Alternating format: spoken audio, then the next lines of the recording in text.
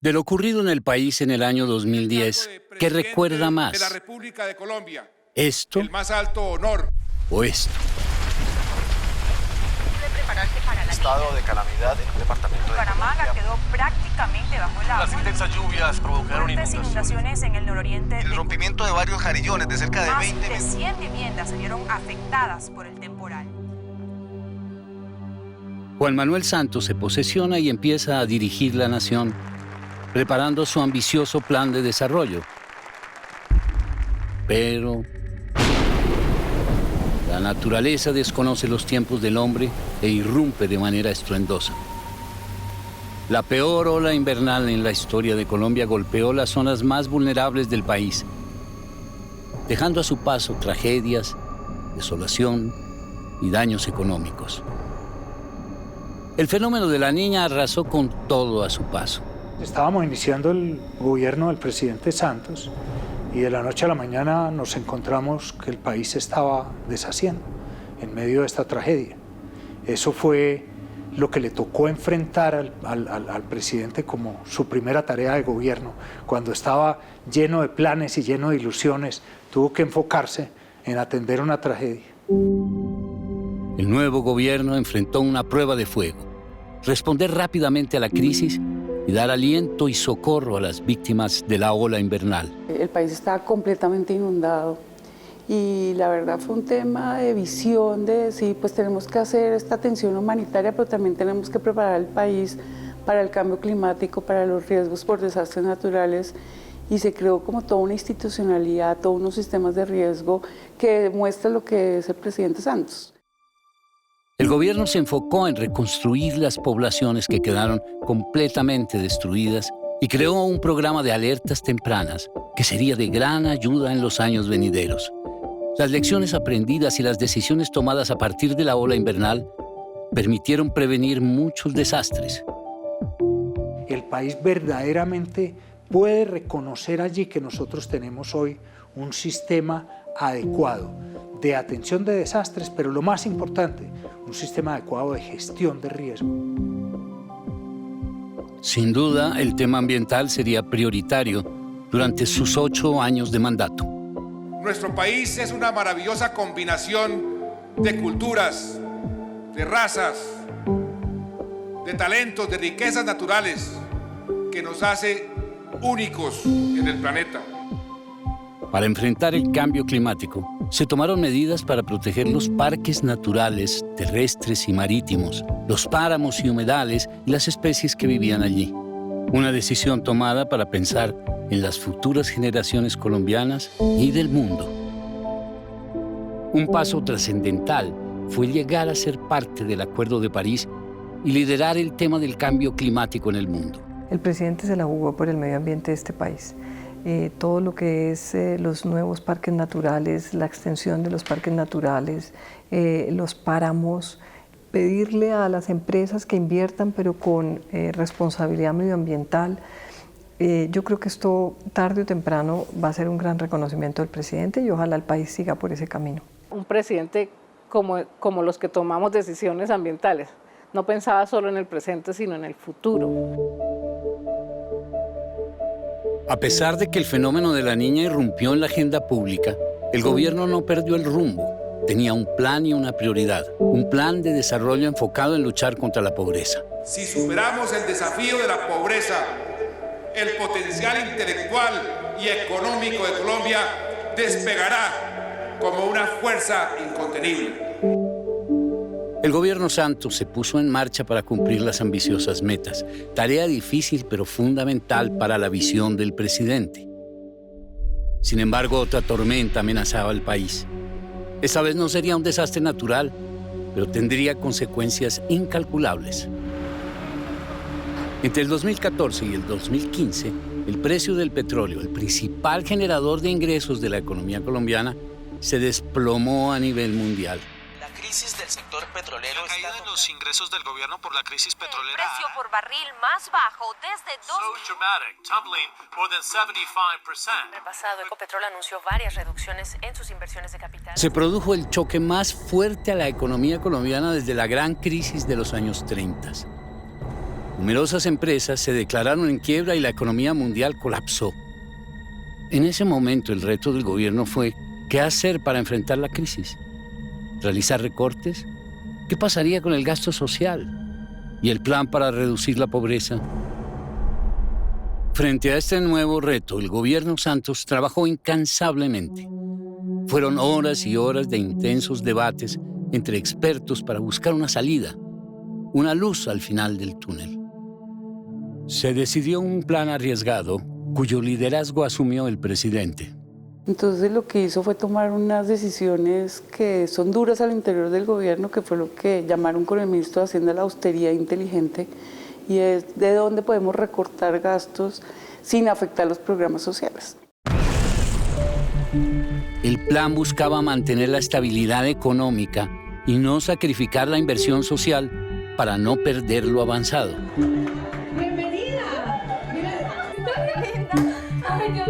El objetivo era seguir combatiendo la pobreza, mantener la economía a flote y cumplir las metas establecidas. Los resultados que se dieron fueron mejores de lo esperado.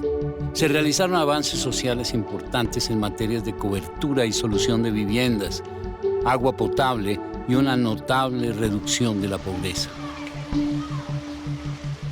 La mesa estaba llena de ministros. Cuando le mostramos la caída que hubo en pobreza, me acuerdo que él se emocionó mucho y dijo, bueno, realmente este objetivo me importa tanto como firmar la paz. Y lo impensable ocurrió. Logramos por primera vez en la historia garantizar una cobertura universal en educación. Yo creo que hay una cosa que a la gente se le olvida. Por primera vez en la historia del país, la educación pública es totalmente gratis. Es decir, en este momento no hay disculpa, por decirlo así, para que una persona no vaya a educación pública, que es una educación pública en general de muy buena calidad. Por primera vez, un mandatario colombiano había destinado un mayor presupuesto para la educación que para la defensa. Cada vez es mayor el número de personas que van a estudiar en universidades, instituciones de alta calidad. Esto no solo cambió la vida de 40.000 individuos, sino de 40.000 familias.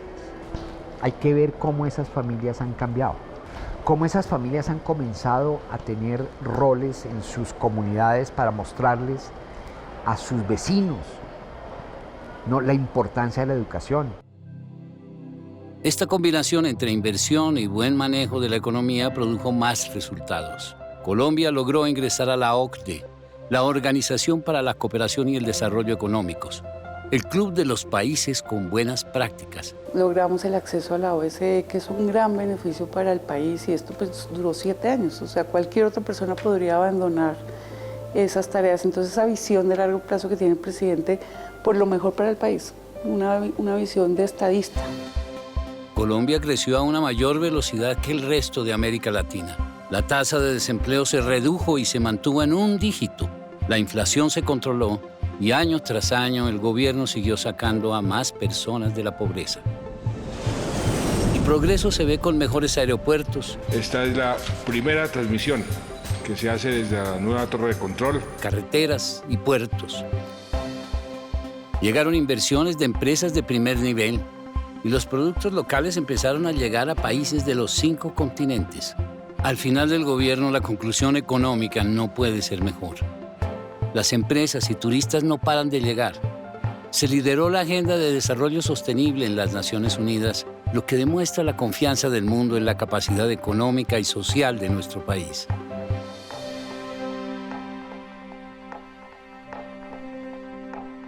Paralelo a las tormentas ambientales y económicas, estaba el reto de la paz, el principal anhelo de los colombianos. Ni una gota más de sangre hermana. Y a considerar propuestas de entendimiento. A la FARC y al ELN me dirijo con la esperanza de que me escuchen. Me voy a sentar a negociar con la guerrilla. La reconciliación demanda un gobierno capaz de organizar un liderazgo colectivo por la paz. Invito a las FARC a considerar una negociación. El presidente Santos no era ajeno a esa prioridad, por lo cual desde el principio dejó la puerta abierta al diálogo. El gobierno estará abierto a cualquier conversación que busque la erradicación de la violencia. Lograr el éxito donde todos habían fracasado solo era posible si se planteaba de una manera diferente. Sobre premisas inalterables, la renuncia a las armas, al secuestro, al narcotráfico, a la extorsión, a la intimidación. Como ministro de Defensa le había asestado los golpes más duros a las FARC. Fue dado de baja alias Raúl Reyes. Y ahora como presidente quería encaminar al país a una era de paz. Era un llamado firme que solo lo podía hacer un mandatario que conociera la guerra y anhelara la paz. Lo he dicho y lo repito. Es posible tener una Colombia en paz, una Colombia sin guerrilla. Y lo vamos a demostrar, por la razón o por la fuerza. La negociación se inició en el más absoluto secreto. Teníamos que aterrizar en una pequeña isla en la mitad del Caribe a ponerle combustible porque no lo podían hacer aquí en Cuba, pero era la única manera de asegurar que no fuéramos vistos, sobre todo hacia el final cuando corrían rumores de que algo estaba pasando. Se creó un equipo encargado de establecer una agenda de temas para discutir en la ardua negociación por venir. Utilizamos un método que llaman los diplomáticos de texto único, es decir, en lugar de estarnos intercambiando propuestas, tratemos de ir escribiendo solamente un texto de los puntos y íbamos ajustando y pues con el paso de los meses teníamos esto prácticamente cubierto de tableros. Pero la negociación no estuvo exenta de tensiones y momentos difíciles. El más complicado de todos fue cuando el presidente autorizó la operación militar contra el máximo jefe de las FARC, Alfonso Cano.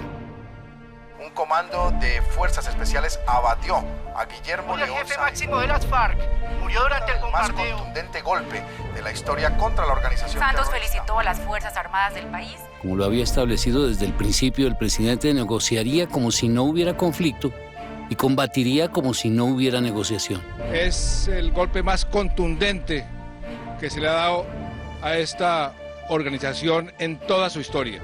Superado este punto de tensión, el proceso se mantuvo y en 2012 se inició la fase pública de la negociación. El presidente Santos me llamó un día y me dijo, quiero conversar con usted.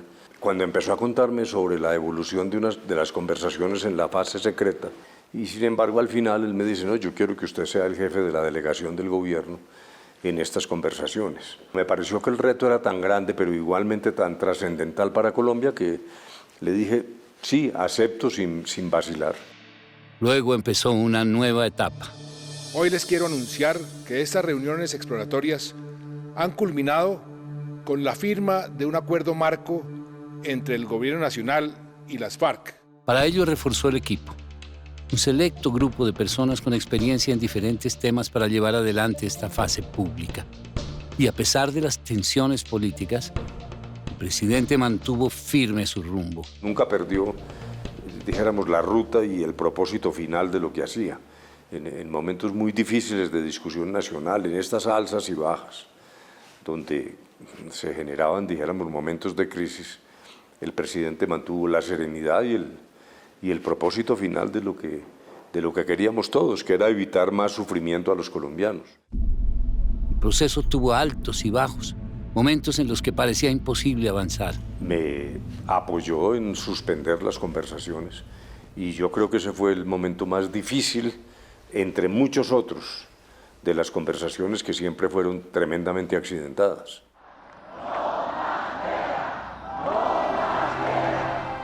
Y cuando se logró un acuerdo, el no ganó el plebiscito. Hoy me dirijo al país como presidente de todos los colombianos, tanto de los que votaron por el no como de los que votaron por el sí, de todos los colombianos. Fue otra prueba en la que se debió abrir de nuevo la negociación y después de conciliar, un nuevo acuerdo surgió. Los ajustes incluyeron las objeciones planteadas por la oposición y las ideas aportadas por los líderes sociales. Con el mundo en vilo, pendientes de lo que pasara en Colombia, el presidente Santos y su equipo persisten en el empeño y los colombianos salen a manifestarse a favor de la paz. El mundo responde y nos manda un mensaje. El Comité Noruego del Premio Nobel ha decidido darle el Premio de la Paz al presidente de Colombia, Juan Manuel Santos. Con este impulso se termina el proceso que culmina con la firma del Acuerdo del Teatro Colón. La paz por fin había llegado. 9 meses más tarde, esta guerrilla estaría concentrada, Fusil, 00, 15, 80. desarmada y lista para su paso a la reincorporación a la vida civil. Millones de víctimas esperaron este momento.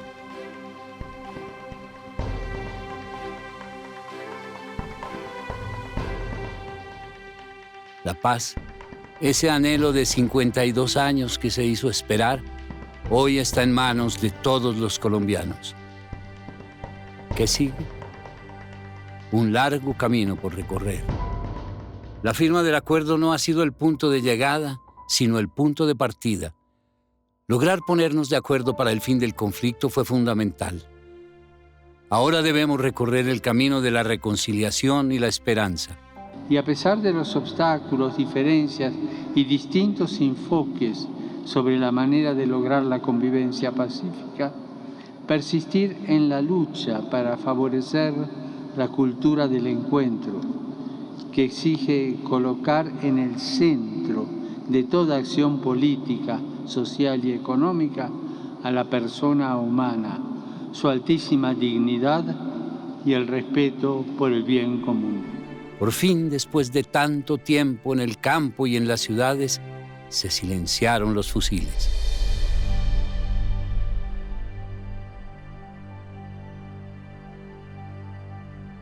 Si la paz fue un propósito del presidente Santos, consolidar una visión internacional de Colombia era un objetivo fundamental. Miles y miles de vidas humanas salvadas. Así que la noticia hoy ya no es la muerte, es la vida. Una nueva historia de Colombia se está forjando día a día, paso a paso, con esfuerzo y dedicación.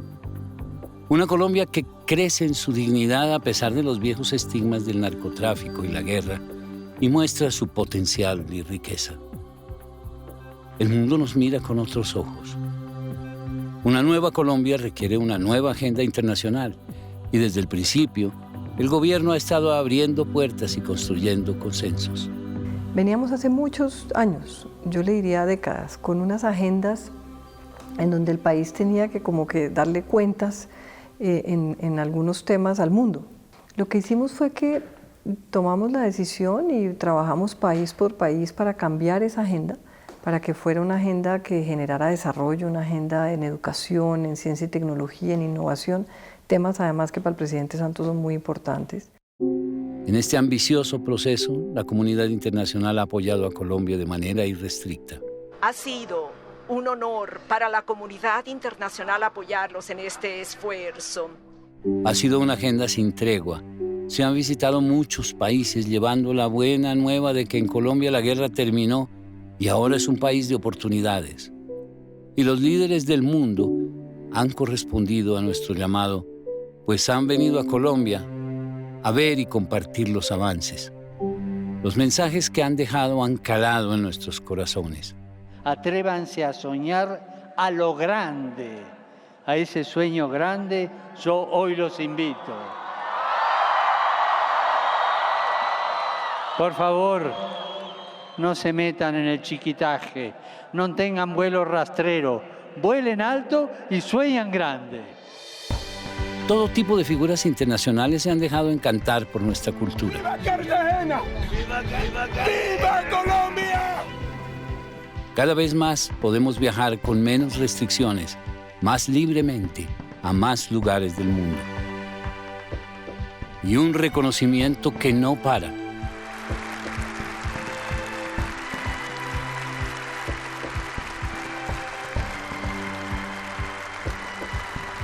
Colombia ahora es mensajera de noticias positivas.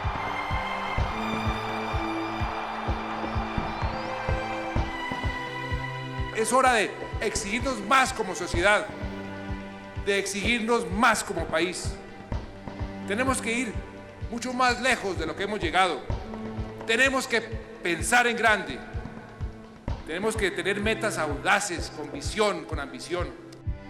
Los cambios generados en Colombia han sido positivos y profundos para nuestra historia. Han sido 8 años intensos, llenos de pruebas y retos.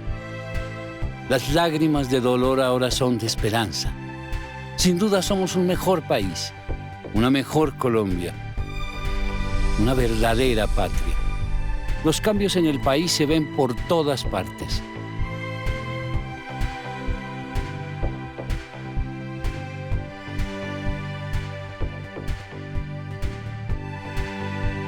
Estos 8 años serán recordados porque se salvaron muchas vidas. Por eso, al final de su mandato le hicimos esta pregunta al señor presidente. ¿Qué país le deja a su nieta? Pues a mi nieta y a todos los niños y los que están por nacer. Le dejamos un país mejor del que recibimos, que es lo que aspira cualquier gobernante, pero con unos aspectos especiales que me satisfacen mucho. Les dejo un país en paz, un país sin las FARC. Dejo un país con más equidad, con mucho menos pobreza, con muchas más oportunidades para todos los colombianos. Dejo un país con la educación, que es la inversión más importante que puede hacer cualquier sociedad, como el primer rubro, un país con acceso a la educación para todos los niños y niñas del grado 0 al grado 11 en los colegios públicos totalmente gratis, un país con cobertura universal en salud, un país con una verdadera revolución en materia de infraestructura, las carreteras, los puentes, los aeropuertos, los puertos, y un país posicionado ante la comunidad internacional como nunca antes.